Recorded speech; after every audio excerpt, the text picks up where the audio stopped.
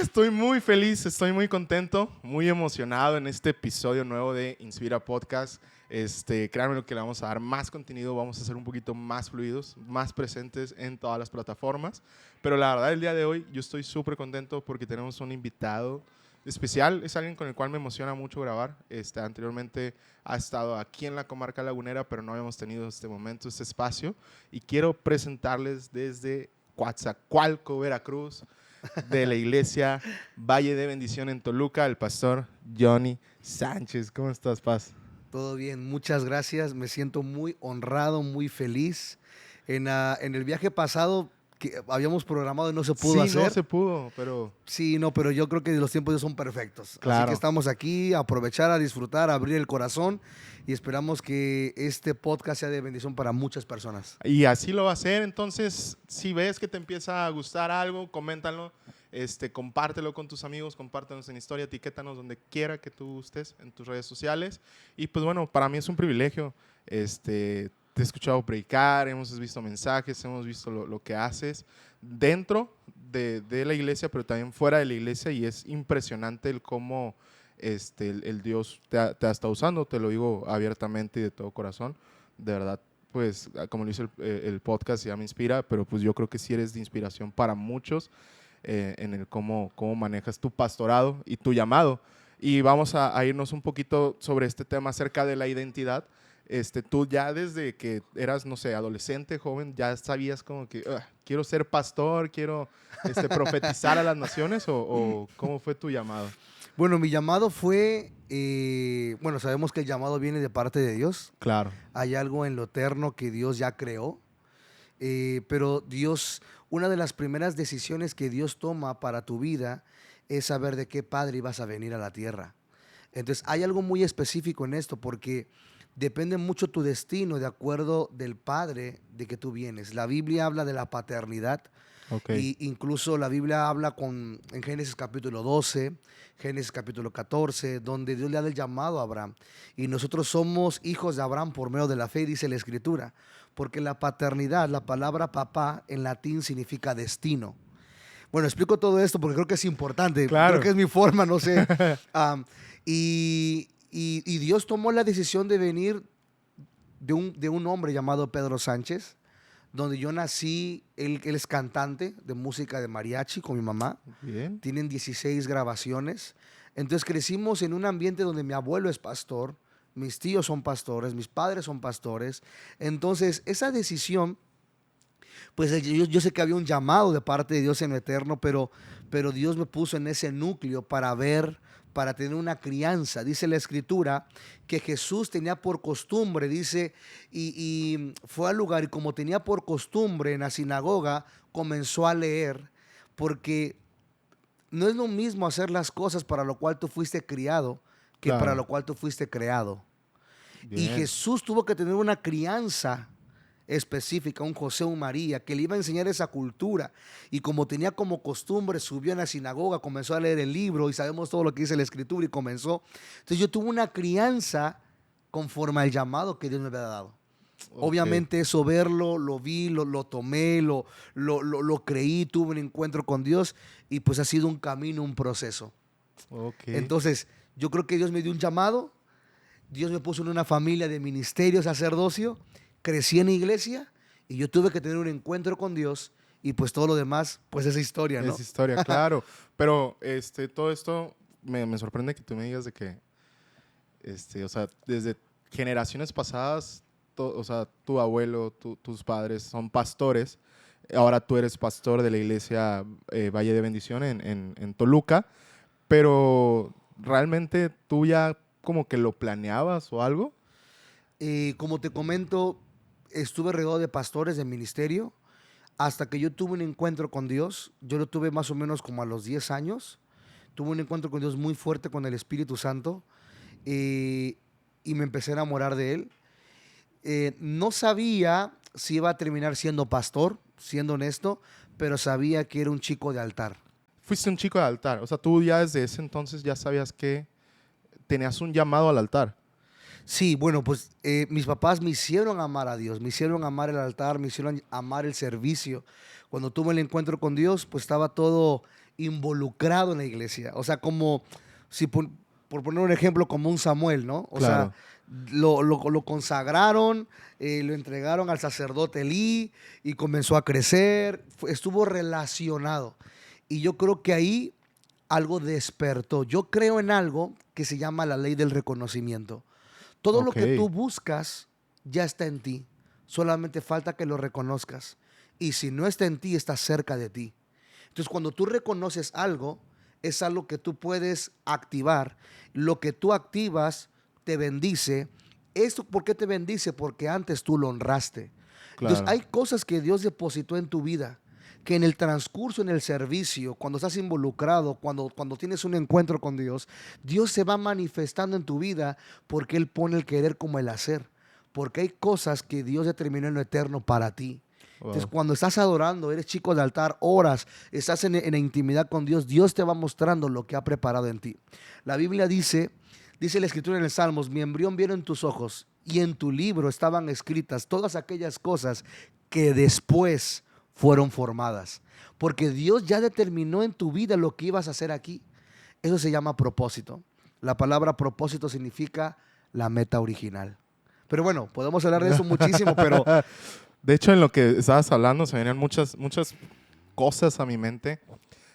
La primera, un chico de altar. Yo me acuerdo que cuando te conocí, estábamos en el green room de la iglesia. Yo estaba con una guitarra inventándome ahí cosas y luego de pronto me dijiste, ¿me la prestas? Y yo, "Ah, claro. ¿Por qué? Entonces, claro, o sea, es tuya, dale. O sea, no es tuya, pero era como que sí. No sabía que tocabas la guitarra. No sé qué otro instrumento sabes.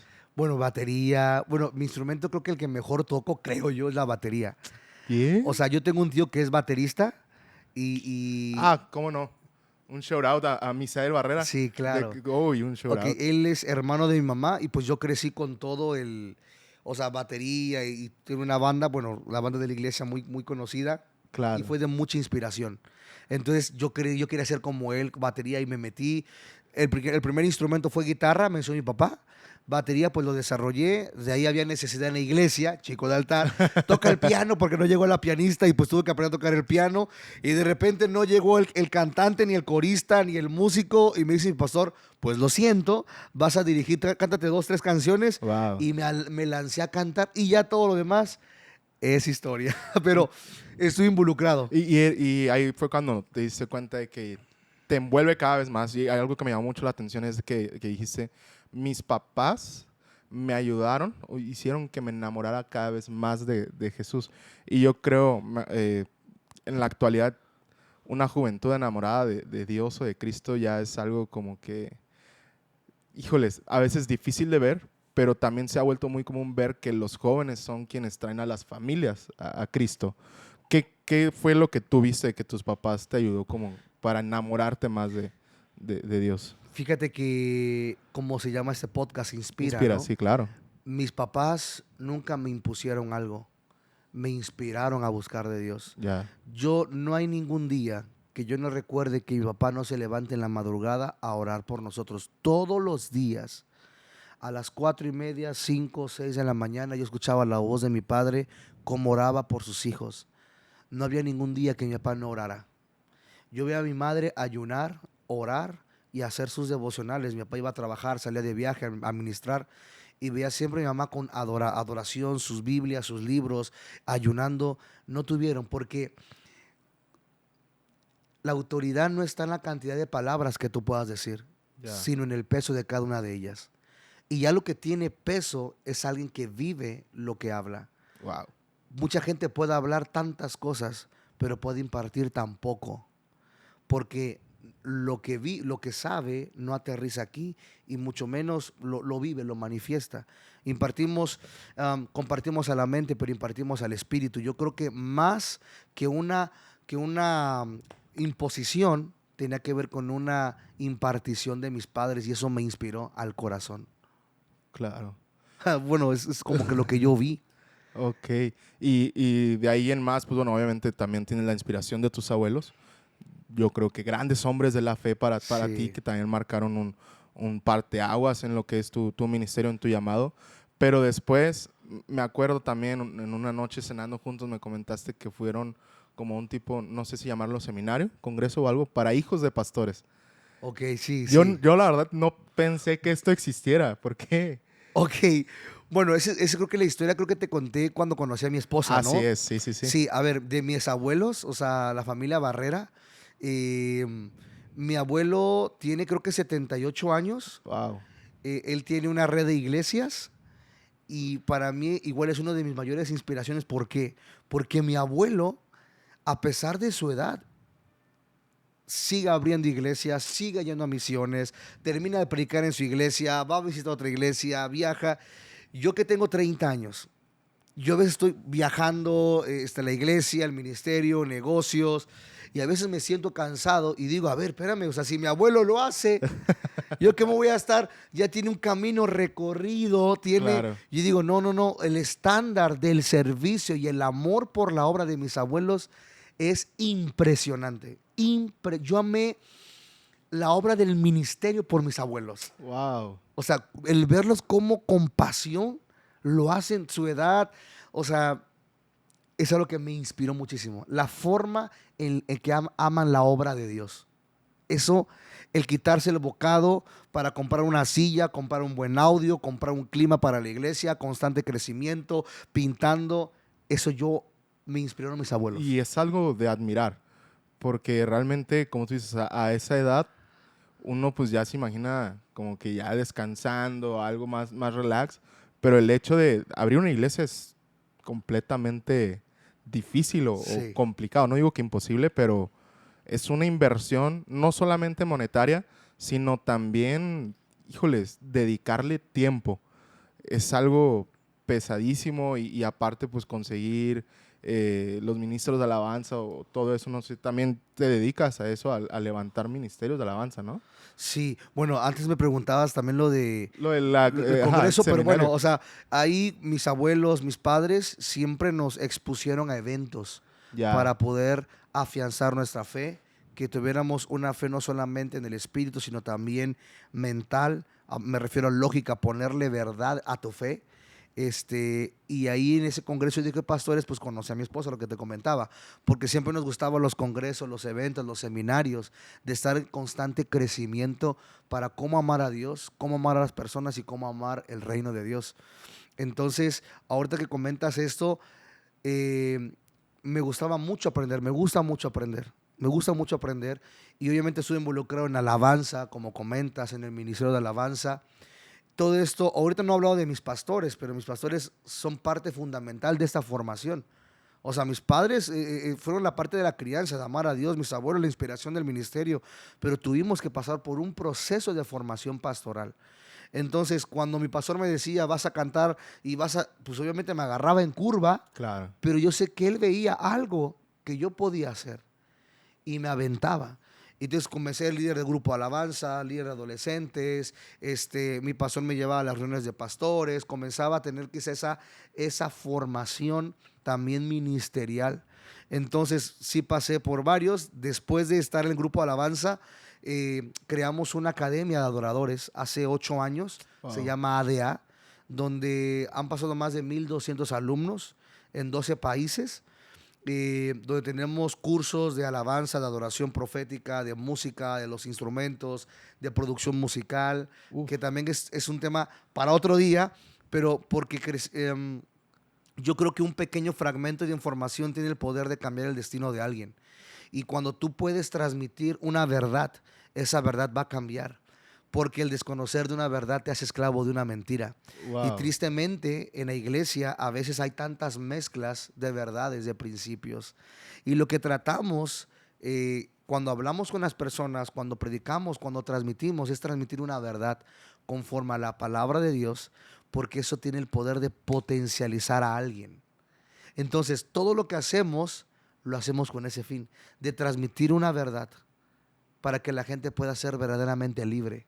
Claro. Entonces, todo lo que hacemos es recibir y dar, y ha sido pues procesos. Y como tú dices, son procesos y es aquí donde me gustaría conocer un poco más. Pues bueno, la verdad es impresionante lo que haces, como tú dices. No solamente es un pastorado, sino también tienes tu ministerio con tu esposa, con tu familia, más aparte negocios. Y yo creo que entre otras cosas más que rodean tu vida diaria, pero a veces uno pasa por procesos que lo hacen como que bajar la guardia en otras áreas, ¿no? ¿Cómo es que tú llevas como que esta situación de poder balancear bien todo en cuanto a tiempos, mente, creatividad? Porque creo que es difícil, ¿no? Es muy difícil. Claro. Cerrando esta parte de que platicamos, de mis padres, de mis abuelos, de mis pastores, yo terminaría esto con una frase, antes de contestar esta parte del proceso. Aprendemos de los que escuchamos, pero heredamos de aquellos a los que servimos. Ok. Cuando prestas atención, pero sirves, recibes esa impartición. Samuel recibió la impartición de Elí. David recibió la impartición de Samuel. Y te vas a ver, Josué recibió la impartición de Moisés. No solamente aprendían, sino ellos estaban siendo impartidos porque estaban sirviéndole a una persona.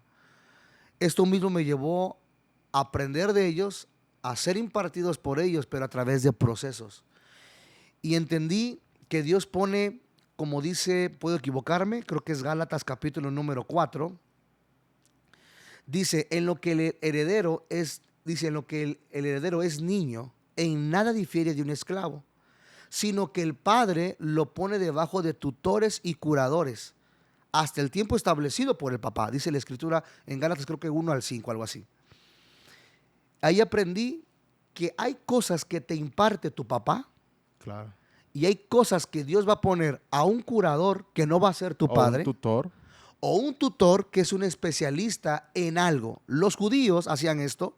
Hay cosas que el judío podía compartirle a su hijo, pero hay cosas que no podía enseñarle, que contrataba a un tutor para que le enseñara algo que el padre no podía enseñarle. Wow. Entonces, por eso Pablo decía eso en Gálatas. Y ahí entendí que yo tenía que estar con hombres de negocios, porque había lo que Dios me había dado, que me tenían que enseñar, mentores, tutores, y habían personas que me ayudaban a sanar mi corazón, quizá de cosas inconscientemente que mis padres, mis pastores me dañaron, que a veces ellos no te van a curar, te van a curar otras personas que Dios va a enviar a tu vida para sanar tu corazón. Wow. Entonces, entender esa visión, ¿cómo es que hago todo? Porque la mentoría significa aprendizaje sin dolor. Y Dios pondrá personas, cuidadores, tutores en tu vida para desarrollar disciplina, organización, planificación, ejecución. Y todo ha sido un proceso en este camino de mentores que tengo en ciertas áreas en mi ministerio, aparte de mi pastor, aparte de amigos empresarios que me enseñan. Y yo creo que parte de hacer todo esto es tener las personas correctas contigo Ya. y una buena organización. Una clave importante es esa, creo que la que tú mencionas. Para cualquier proyecto que se levante siempre es rodearse de las personas correctas o ideales. Yo algo que siempre les he dicho a mis amigos es, amo y disfruto mucho hacer iglesia con ellos porque son mis amigos. Y aparte, trabajando entre semana, igual siguen siendo mis amigos. Sí, un domingo estamos sirviendo y al día siguiente estamos trabajando en juntas para la gloria y honra de Dios, pues para la iglesia y todo esto. Y yo digo, wow, o sea, es impresionante estas oportunidades que te da Dios de las personas que amas y con las que te rodeas. Son las mismas con las que haces tus actividades diarias. Pero ahora, también no digo que no estamos exentos a que alguna vez nos lastimemos. Como tú dices, Sí. quizás tus padres te lastimaron, quizás tus pastores te lastimaron. Y es aquí donde también yo he escuchado que a veces dicen de que, ay, es que la iglesia me lastimó. O, ay, es que no sé, la iglesia o una vez también escuché a alguien decir que hasta Dios me lastimó, ¿sabes? Y no entendemos el por qué, pero ¿qué podemos hacer como para este tipo o clase de personas que dicen es que la iglesia me lastimó? Y porque hay gente que dice, no quiero ir a la Uf. iglesia porque es que un cristiano, ah, un siervo de Dios me Amo a Dios, lastimó. pero no amo a la iglesia. Exacto. ¿Tú qué es lo que ahí recomiendas o aconsejas como para...? ¿Qué tema tan más importante es el que acabas de hablar? Ay, yo pensé que iba a decir así, ese tema no hay que hablar. No te No, no, creas. no, no lo hables, por Al favor, vas a contrario. poner. No, la Biblia dice en Proverbios, dice, fieles son las heridas del que ama. Wow. La gente más cercana es la que te lastima. ¿Qué hacer cuando los que amas te lastimaron? Porque va a pasar. Claro. Una persona me puede hablar mal de mí, que ni siquiera tiene nada que ver conmigo, no me importa. Pero las heridas más profundas es de aquellos que tú amas.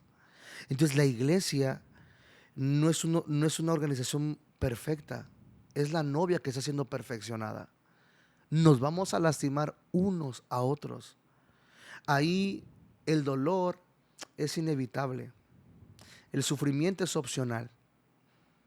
Por eso Jesús enseñó, y dice la Biblia, creo que es 2 Corintios, creo que capítulo número 4, 10, puedo estar equivocado, pero lo pueden corroborar. Dice, y nosotros no ignoramos las maquinaciones del enemigo para que Satanás no agarre ventaja sobre nosotros.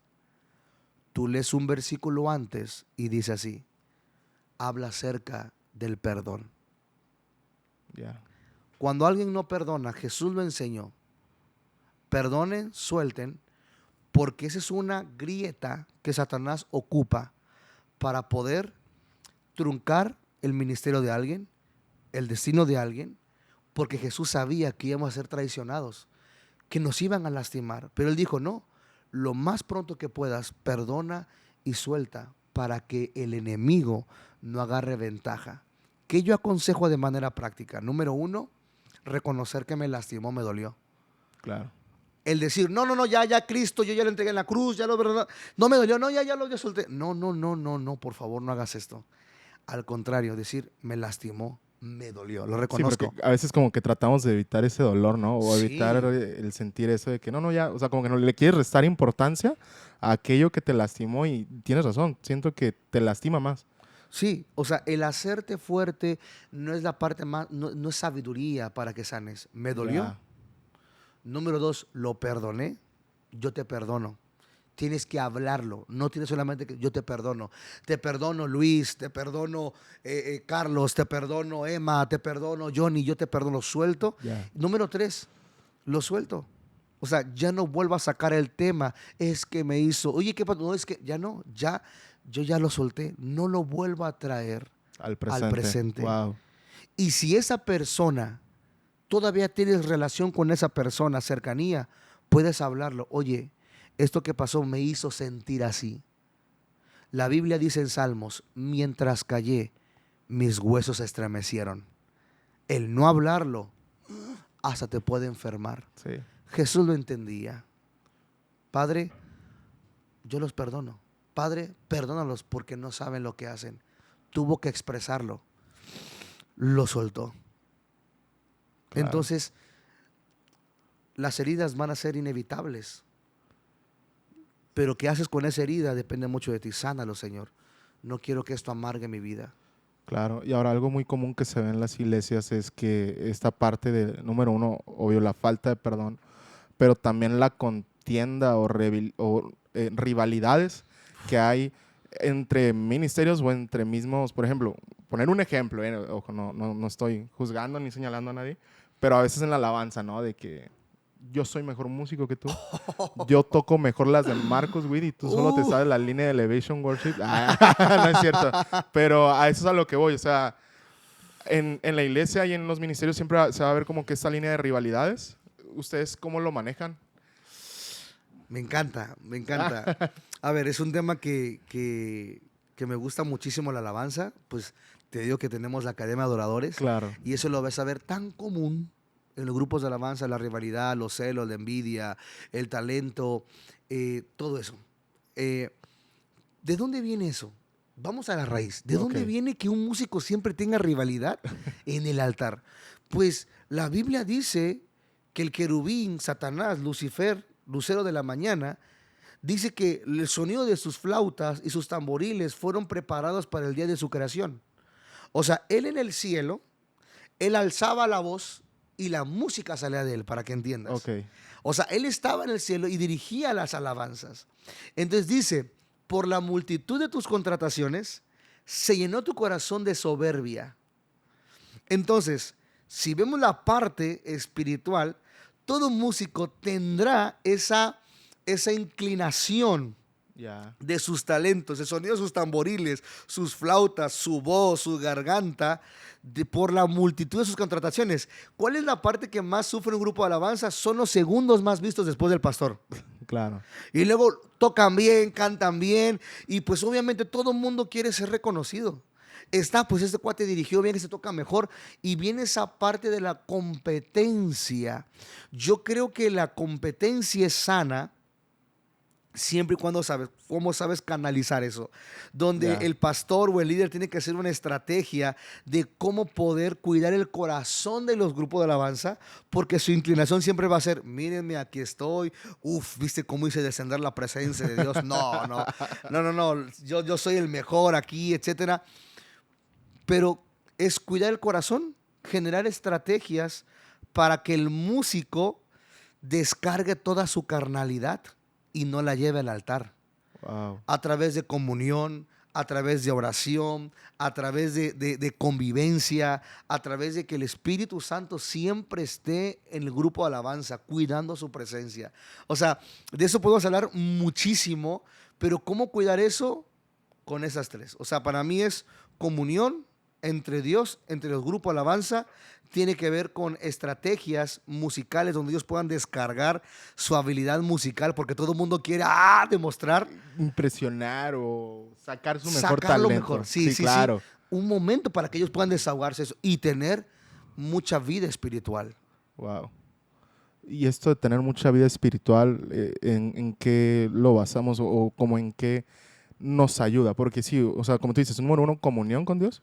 Número dos, o sea, descargar el talento que uno tiene. Pero esto de vida espiritual, yo creo que lo quiero interpretar así, como de que arriba en el altar somos Algo. adoradores así a lo Ujú. máximo Claro. y brincamos, saltamos, sudamos y todo, pero debajo del altar ya es cuando cambia de esta vida espiritual que queremos reflejar acá arriba, abajo a este egocentrismo o fama de, ay, Dios santo. Estás sacando un tema delicado, estás sacando un tema delicado. Perdón. Te lo voy a... El problema no es que estén arriba. Ya. El problema es quién lo subió. Termino con esto. Dale, no. Ahí te va. No sé cómo andamos de tiempo, pero escucha, esto Ok. creo que puede bendecir. Primera de Crónicas. Creo que es capítulo 15 o 24, no recuerdo. Pero dice así. Estaba David y los generales del ejército reclutando músicos para el tabernáculo. Yo tengo la pregunta. A ver, David era músico. Sí, claro. Y dice que tocaba bien. Pero ¿qué hacían los generales del ejército reclutando músicos? Aunque hay una interpretación, porque los músicos en el Antiguo Testamento iban a pelear. Entonces, Wow. David podía discernir. Aquí hay muchas cosas que podemos hablar. Número uno, antes de que tú subas a alguien al grupo de alabanza, tiene que ser reclutado. Es decir, tiene que haber un estándar para poder estar arriba. Claro. Un estándar musical, un estándar espiritual Sí, y un estándar también moral. bien dicho. ¿Cuáles son las cualidades de carácter que tiene que tener una persona para estar ahí? Porque los generales del ejército, la mayor habilidad que tienen, ¿sabes qué es? Disciplina. Si tú vas con un soldado, un marino, lo que más trabajan es disciplina. 5 de la mañana te levantas, tienes que estar con tu uniforme bien limpio, tienes que tener un cuerpo físico, tienes que tener una manera de hablar, o sea, una manera de comportarte. Es decir, que el problema no es que estén arriba, el problema es que antes de que suban, tienen que pasar por un proceso de selección. Claro.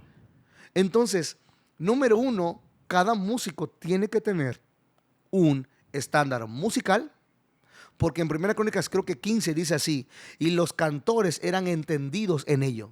O sea, para la gloria de Dios, hermanito, yo lo hice para la gloria de Dios, pues hágalo bajita, hermanita o hermanito, porque arriba no, porque no es lo mismo. O sea, hay gente que tiene buena intención, pero no buena instrucción. No se trata solamente de cuidar el corazoncito, no. Son aptos e idóneos para hacer la obra de Jesús. Entonces, antes de tener un problema en el altar, se soluciona abajo. Su vida espiritual, fruto de vida cristiana y que tenga el ministerio para hacerlo. El ministerio no me refiero, porque no existe el ministerio de la alabanza, me refiero al sacerdocio de estar ministrando en la alabanza, tiene que pasar por un filtro antes de subirlo. Por eso a veces hay mucha división, por eso a veces hay mucha contienda, porque no estaba listo su corazón para estar arriba. Y tiene que pasar. En nuestra iglesia hubieron varios músicos muy buenos, licenciados, que para pasar a uno tuvo que pasar 2 años de proceso. Wow. Y cuando llegó una persona, es que este cuate es buenísimo. ¿Por qué no lo pones? Tiene el talento. Tiene el talento, tiene la forma, pero no tenía la cultura de la casa. Ni Ya. sabía lo que hacía. Y sabes que mucho tiempo se enojó y ahora dice, pastor, gracias. Porque lo primero que me diste fue una escoba. Porque yo sabía que tenía áreas en su corazón que no estaban resueltas. Wow. Entonces, antes de subir a alguien, primero se recluta y se pone un estándar de acuerdo a la cultura de la casa. Porque lo que es arriba debe ser lo mismo abajo. Claro. Jesús lo enseñó. Yo no vine para ser servido, yo vine para servir. ¿Sigo o paro? Me encanta. No sé cómo vamos de tiempo, pero No, yo la verdad pues, no quiero pararlo. Y algo que me llamó la atención de lo que comentabas, ¿eh? Número 1, obviamente tienen que tener la habilidad. Número 2, tienen que tener lo espiritual. Y número 3, y un punto, y yo creo que con este podemos terminar, es algo muy bueno, que es la moral. Muchos, como tú dices, podemos tener la disposición, podemos tener la intención, pero si no tenemos esta instrucción o esta visión de parte de la casa, yo creo que, como dice la Biblia, solo seríamos un metal que resuena alrededor de todos. Y yo también lo veo de este lado, de un metal que resuena. En cuanto escuchas, no sé, por ejemplo, a mí me pasa, ¿no? Que estoy en mi casa y está en la vajilla y escucho que se cae un traste, rápido volteas. Y eso es algo molesto porque te aturdió, te incomodó. Y muchas de las veces las personas que están arriba en el altar son como un metal que solamente incomodan. Y esto es algo que también a veces tiene que ver con lo moral, con lo que uno tiene aquí en el corazón. A veces tenemos heridas que queremos sanar con atención o con un mírame a mí o con esta área, ¿no? O en qué más se puede batallar en cuestión de lo moral.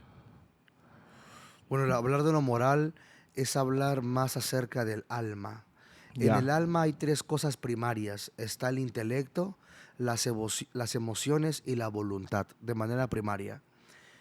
Entonces, cuando hablamos de moral, hay que renovar la mente, según Romanos capítulo número 12, versículo 1 al 3.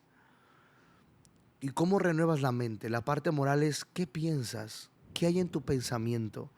¿Cuál es tu forma de ver la vida? ¿Cuál es tu forma de interpretar la vida? Hay gente, número 2, en la parte moral que tiene problemas con sus emociones y sentimientos. Tiene problemas de carácter, tiene Claro. problemas, tiene heridas, tiene rechazo. Y hay que ayudar. El pastor dice que vela por las almas, no vela por el espíritu del hombre, vela por las almas. Y las almas tienen que ver con eso. Tiene que ver con ayudar a las personas a sanar su corazón. Porque hay gente que puede interpretar bien la vida, pero el camino más largo es de aquí a aquí. Wow. Hay gente que sabe lo que tiene que hacer, pero no puede hacerlo. Porque hay cosas heridas en su corazón que lo están limitando. La Biblia habla en 3 de Juan capítulo número 1 versículo 2, dice: amado, yo deseo que tú seas prosperado en todas las cosas y que tengas salud, así como prospera tu alma. No tu espíritu, no tu cuerpo. Entonces, ¿cómo cuidar la parte moral de alguien? Ayudándole a renovar su mente a través de la verdad, que es la palabra de Dios. Porque la verdad, la palabra, forja nuestra mentalidad. Número 2, ayudar a la persona a sanar sus heridas, emociones, aprender a gestionar sus emociones. Y número 3, la voluntad, que es la capacidad de determinación que tiene una persona. Cuando una persona sabe interpretar con verdades, sabe sanar su corazón, le será muy fácil ejecutar las decisiones. Entonces, en la parte moral, de manera primaria, es trabajar esas 3 áreas. Cambiarle el chip a la gente, que aterrice su corazón y llevarlo a la ejecución, lo que fue renovado en su entendimiento. Claro. Entonces, hay gente que no tiene problema aquí ni aquí, tiene un problema emocional y hay que trabajarlo. O hay gente que tiene muy buenas emociones, pero le hace falta buenos hábitos o le hace falta información. Entonces, la parte moral es importante. La parte emocional es importante. La Biblia, el apóstol Pablo habla en primera de Tesalonicenses capítulo número 5, versículo número 23 y 24, dice: y el mismo Dios de paz os santifique por completo, y todo vuestro ser, espíritu, alma y cuerpo sea guardado irreprensible para la venida de nuestro Señor Jesucristo. No hasta la venida, para la venida. ¿Por qué? Porque cuando hay una iglesia sin mancha, sin contaminación, una iglesia gloriosa, es donde es una de los candados que hay para que Cristo venga por su iglesia. Porque Cristo viene por una iglesia gloriosa, sin mancha, Claro. sin contaminación. Y todo lo que hacemos en alabanza, en nuestro ministerio, como persona, hay que estar comprometidos de dejar que Dios transforme, que su gracia transforme todo nuestro interior, nuestro espíritu, nuestra alma y nuestro cuerpo. Jesús cuidó su espíritu, cuidó su alma, cuidó su cuerpo. Entonces, todo lo que hacemos en el servicio, en los negocios, es tener una visión integral, cuidar todo nuestro ser. Una persona que es sana emocionalmente, espiritualmente, va a dar mucho fruto Wow. y mucho más fruto. Porque hay gente que tiene mucho don. Profecía, hacer llover, derramar fuego y la atmósfera, la unción. Está muy padre, pero he visto gente que tiene problemas con su alma. Wow. Ministerios heridos, truncados, que no pueden amar, que lastiman a la iglesia, que lastiman a las personas, porque su problema no es espiritual, su problema es del alma, son asuntos morales. Claro. Y tener una cosmovisión integral ayudará a que la iglesia crezca sana y saludablemente. Como debe ser. Y tú como pastor, ¿qué es en lo que, digo, sin exponer ni No, no, evidenciar dale, a dale, tu habla. iglesia ni nada, pero no sé, Suéltalo. Estás tardando, suéltalo. ¿qué es lo difícil que es para ti como ser pastor en cuestión de cuidar las almas o en tu iglesia, qué es lo que más ves marcado? O sea, ¿qué es lo más difícil que me ha tocado como pastor? Sí, pudiera ser. Mm, Te voy a ser muy honesto. Mis abuelos son pastores, como ya te dije. Mis tíos son pastores, mis padres son pastores. Y algo que me ha ayudado mucho a tener un corazón sano como pastor es aprender de los errores de ellos, lo que ellos me han transmitido. Y te voy a dar un consejo. O sea, un pastor me está viendo. Yo no quiero ser un pastor tradicional. Yo determiné ser un pastor bíblico. Hay cosas que se hicieron más por cultura mexicana, por costumbres, que lo que la Biblia dice. El pastor piensa, te voy a poner un ejemplo, que tiene que estar escuchando todo el tiempo a las ovejas. Pero mi prioridad no es escuchar a la oveja. Mi prioridad primero es escuchar a Dios. Porque si yo escucho la voz de Dios, yo sé qué le voy a decir a la oveja cuando hable con ella. Wow. Eso me mantiene a mí un corazón sano. Lo más difícil que he vivido de un pastor es ver que inviertes tiempo, consejo, que inviertes amor. Y a veces la gente decide no querer cambiar. Ya. Pero es algo que ellos deciden, no lo vas a hacer tú. Uno como pastor los ama, los corrige, les ayuda, pero como yo he entendido que yo no soy un pastor tradicional, un pastor bíblico, la persona que no quiere cambiar, si ya se le habló, yo lo dejo. ¿Sabes por qué? Porque la Biblia dice, no, es que el buen pastor su vida da por las ovejas. Yo no soy el buen pastor. El buen pastor es Jesucristo. Sí. Yo administro las ovejas. ¿Sabes lo que hago yo? Yo hablo con una oveja, la ayudo, la ministro, la limpio, la sano. Y si no viene la oveja, esa oveja, la gente piensa, esa oveja ya está perdida. No, esa oveja no está perdida. Yo fui, yo le enseñé, ella sabe cómo regresar, sabe el camino.